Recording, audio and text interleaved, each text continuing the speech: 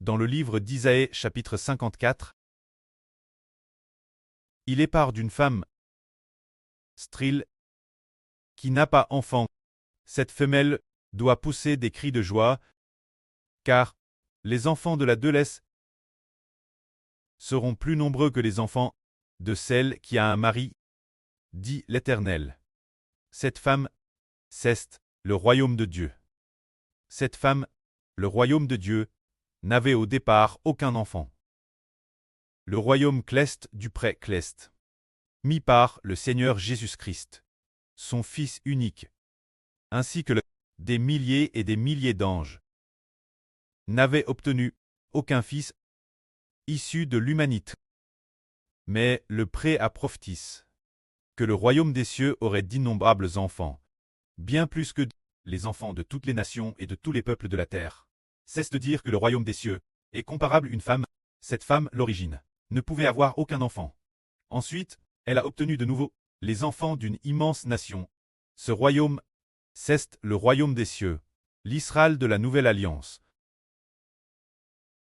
Regardons ce que concernant ce royaume, le pré-cleste a prophétisé d'élargir l'espace de sa tente, d'étendre le lieu de sa demeure.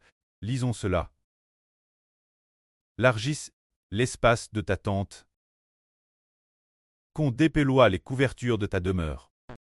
Ne retiens pas, allonge tes cordages et affermis tes piquets, car tu te répandras vers le sud et le nord. Ta posterie envahira des nations et peuplera des villes désertes. Ne crains pas, car tu ne seras point confondu. Ne rougis pas, car tu ne seras pas humilié.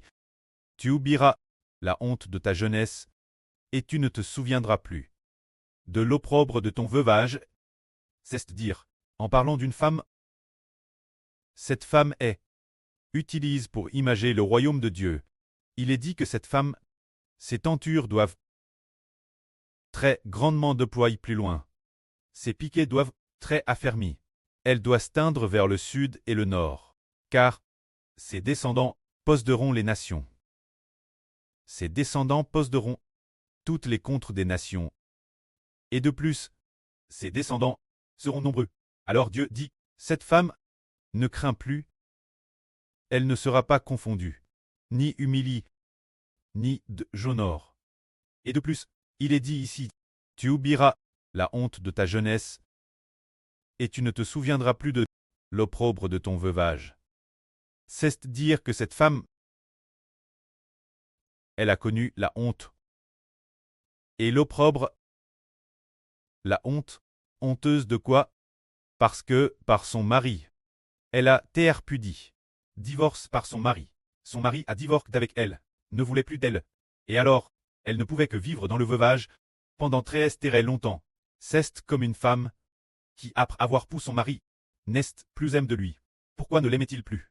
Parce que, cette femme, après avoir donné naissance à un fils, son fils est mort. Et après la mort de son fils, cette femme ne pouvait plus enfanter. Alors, son mari a vécu avec elle pendant longtemps, sans qu'il puisse avoir de fils. Alors cette femme fut abandonnée par son mari, et son mari choisit une autre femme pour épouse. Alors, cela signifie que cette femme est le royaume de Dieu. Autrefois, le royaume de Dieu avait Adam pour fils, mais Adam est mort. Depuis le jour de la rébellion contre Dieu, aux yeux de Dieu, Adam et sa descendance sont tous morts. Ils ne sont plus les enfants de Dieu, mais les enfants d'autres dieux. Alors, Dieu a abandonné sa propre épouse. Mais maintenant, il est dit que cette épouse recevra de TRS nombreux enfants. Et cette épouse ne sera plus couverte de honte, ni d'opprobre, ni de confusion. Et elle va certainement oublier sa honte passe et sa confusion d'autrefois. Pour quelle raison? Parce que cette femme voit merveilleusement que les enfants qu'elle a ruse sont innombrables. Lisons cela. Ensuite, il est prophétisé que cette femme, elle est de nouveau rappelée par son mari. Rappelée auprès de lui, lisons cela. Il est dit ici, car celui qui te rappelle est ton époux. Jova des armes est son nom, et ton Erdempteur est le Saint d'Israël. Il est appelé le Dieu de toute la terre. Car Jova te rappelle, comme une femme abandonne et l'esprit affligue, comme une pousse de la jeunesse, qui a terre pudie. C'est ce quoi dit Jova. C'est dire, Jova dit, car celui qui te fait est ton pou. Alors le royaume de Dieu. L'époux de ce royaume est Jova Dieu. Ce royaume est l'épouse de Jova, l'épouse du précleste. Le précleste dit, car celui qui te fait est ton pou. Jova des armes est son nom. Et ton Erdempteur est le Saint d'Israël. Il est appelé le Dieu de toute la terre. C'est dire que Dieu va sauver son royaume. Il va sauver son épouse. Alors sauver son royaume. Sauver son épouse. Qui est celui-ci? C'est le Dieu de toute la terre. Jova des armes est son nom. Il dit, Dieu va sauver le royaume des cieux, pour que le royaume ne soit plus veuf, pour que le royaume ne perde plus ses enfants, pour que le royaume ne soit plus sans enfants, mais pour faire de l'épouse de Dieu du royaume la MRE de millions d'enfants. Avant que le Seigneur Jésus-Christ ne vienne, la Bible parlait rarement du royaume des cieux, mais quand le Seigneur Jésus-Christ est venu, la première phrase de son évangile fut « Le royaume des cieux est proche, repentez-vous ». Ce moment tel, nous comprenons tous, le royaume des cieux, depuis que le Seigneur Jésus a dit « Le royaume des cieux est proche, jusqu'à présent », cela fait déjà 200 ans, mais le royaume des cieux n'est pas encore venu. Pourtant, le Seigneur Jésus a dit « Le royaume des cieux est proche ». Cette époque, le royaume des cieux n'avait pas encore, d'enfants. Mais alors, pourquoi le Seigneur a-t-il dit « Le royaume des cieux est proche » Parce que le Seigneur est DJ, venu dans le monde en tant qu'homme, pour sauver le royaume des cieux, et lui donner des enfants. Par exemple, la Chine compte plus d'1 milliard d'habitants. L'Inde compte aussi plus d'1 milliard d'habitants. Mais, le royaume des cieux n'avait pourtant personne. Il n'y avait que le précleste Jova, le Seigneur Jésus et des millions d'anges. Les anges sont des serviteurs. Le Seigneur Jésus est le Fils unique.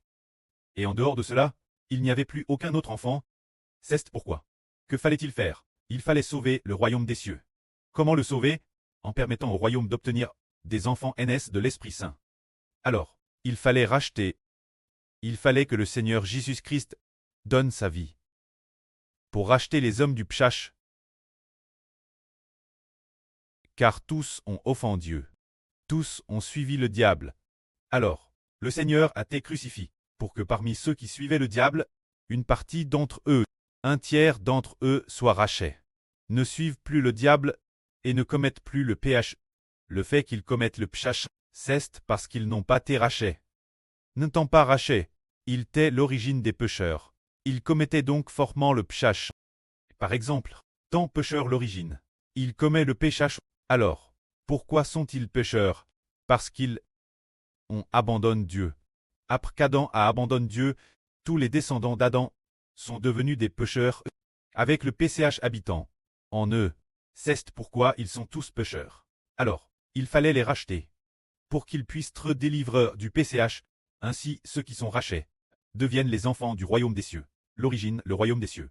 C'est comme une veuve ayant perdu ses enfants, et son mari avait divorcé d'avec elle. Mais, le royaume des cieux maintenant, est comme autrefois veuve, une veuve, et maintenant, elle est rappelée par son mari. C'est tout comme une femme qui se marie avec son mari et donne naissance à un fils. Après avoir donné naissance au fils, le fils meurt. Alors, cette femme ne peut plus enfanter d'autres fils. Le mari l'abandonne alors, la abandonne, pendant une très longue période. Ce moment tel, le mari la rappelle nouveau auprès de lui. Comme le dit l'Écriture en ce temps-là. Car, Jova t'appelle. Comme une femme abandonne et l'esprit affligue. Comme elle pousse de la jeunesse, qui a terre pudie, dit Jova. En ce moment tel, le précleste continue en disant, pour un petit moment je t'avais abandonné. Mais avec une grande compassion, je te rassemblerai. Dans un acquès de colre, je t'avais un instant cache ma face, mais avec un amour ternel j'aurai compassion de toi. Dit ton Erdempteur, Jova. C'est dire qu'on ne s'y attendait pas. Jova, notre Dieu, veut racheter son épouse, veut sauver son épouse.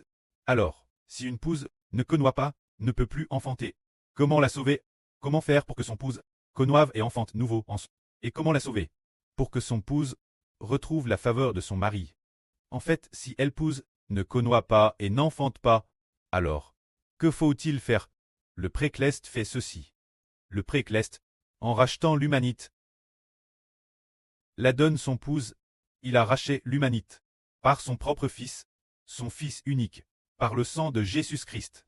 Il a racheté l'humanite. Il a racheté les pécheurs. Le Seigneur Jésus-Christ est venu dans le monde pour sauver l'humanité, pour racheter un tiers de l'humanité. Après les avoir rachetés, après ce rachat, il a lavé leurs péchés et a mis l'Esprit de Dieu et du Seigneur dans ceux qui sont rachetés. Ainsi, ces personnes, qui étaient l'origine des pécheurs, sont rachetées, leurs péchés sont pardonnés. Ainsi, ceux qui l'origine n'avaient pas l'Esprit de Dieu et du Seigneur, maintenant, sont rachetés, et ils ont en eux l'Esprit de Dieu et du Seigneur, devenant ainsi des enfants aînés de l'Esprit Saint. Alors, ces enfants sont tous attribués sa première épouse, plaque sous le nom de sa première épouse. Ainsi, cette épouse a été rappelée par Dieu. Cette épouse quittait l'origine le royaume des cieux, c'est ainsi que le précleste. La rarte par ce moyen, le précleste s'était autrefois mis en colère contre son épouse. C'est dire que, toi, cette épouse, tu as enfant des fils, et plus tard les fils, se sont aussi révoltés contre moi, et sont morts, se révolter contre moi, revient mourir. Lui et ses descendants sont tous devenus le peuple d'autres dieux. Frère sang, tu ne peux plus concevoir et m'infanter des fils, je te cache ma face, je t'abandonne, mais, après ce que le pré l'abandonne pour un long moment. Ensuite, il a eu un changement de cure pour se tourner nouveau vers son épouse. Alors, il a sauve son épouse, permettant son épouse d'avoir les enfants d'une nation. Les enfants de cette nation sont devenus ceux du royaume des cieux, tous ses enfants. Le précleste a encore dit, de Madame que j'ai jure, de ne plus laisser les eaux du déluge de Noé submerger la terre. De Madame, je te jure, de ne plus m'irriter contre toi, et de ne plus te menacer. Madame, si les montagnes s'éloignaient, et que les collines chancelaient mais mon amour fidèle de toi ne s'éloignera pas de toi, et mon alliance de paix ne chancellera pas. Dis celui qui a compassion de toi, Jova. C'est dire que le précleste accordera pour toujours à son amour fidèle, son épouse, lui accordant pour toujours la paix. Son épouse, et ayant pour toujours compassion de son épouse. De plus, c'est Dieu qui a juré d'avoir éternellement compassion. Et cette compassion, c'est d'avoir compassion de ceux qui sont aînés de l'esprit, l'Israël spirituel. Puisque le précleste a juré ainsi. Par conséquent, nous tous, qui avons été rachetés par notre prêtre, le Seigneur Jésus-Christ, pour appartenir au royaume des cieux. Le prêtre dit, puisqu'ils appartiennent au nom de mon épouse, ils sont donc mes enfants. De plus, en eux, au-dedans de tous ces enfants, il y a mon esprit. Ils deviennent donc ma descendance. En réalité, ces enfants sont aînés de l'esprit. Comment sont-ils aînés? Par l'évangile. En prêchant l'évangile, ceux qui sont baptisés au nom du Seigneur Jésus-Christ et bâtis au nom du Seigneur Jésus-Christ, recevant le Saint-Esprit, deviennent les enfants du royaume des cieux. Le royaume des cieux est comme une épouse, et il est aussi comme notre éméreur, comme l'épouse du précleste Jova. Alors, parce que le prêtre a obtenu de TRS nombreux enfants, il a eu compassion de son épouse, et aussi parce que son Fils unique, le Seigneur Jésus, a sauvé le royaume. Ainsi, le précleste, par le sang de son propre Fils, a fait alliance de ne plus jamais pour l'éternité abandonner notre MRE. Si notre preux abandonne la MRR, alors nous serons aussi abandonnés, tout comme Abraham abandonne sa concubine. Abandonne sa concubine, Agar, et de Madame Ismaël, le fils de la concubine, a aussi été abandonné, mais, tout comme Abraham, n'abandonne jamais Sarah. Alors Isaac est toujours aux yeux d'Abraham considéré comme précieux. De la même manière, le précleste jure de ne jamais abandonner le royaume des cieux. Alors, nous les enfants aînés du royaume des cieux sommes pour toujours et jamais les enfants de Dieu. De plus, l'Esprit de Dieu est en effet en nous. De façon inattendue, l'Esprit du Seigneur est aussi en nous. Ainsi, l'amour fidèle de Dieu et du Seigneur sera sur nous pour toujours. Que la gloire soit au prêtre et au Seigneur, Amen.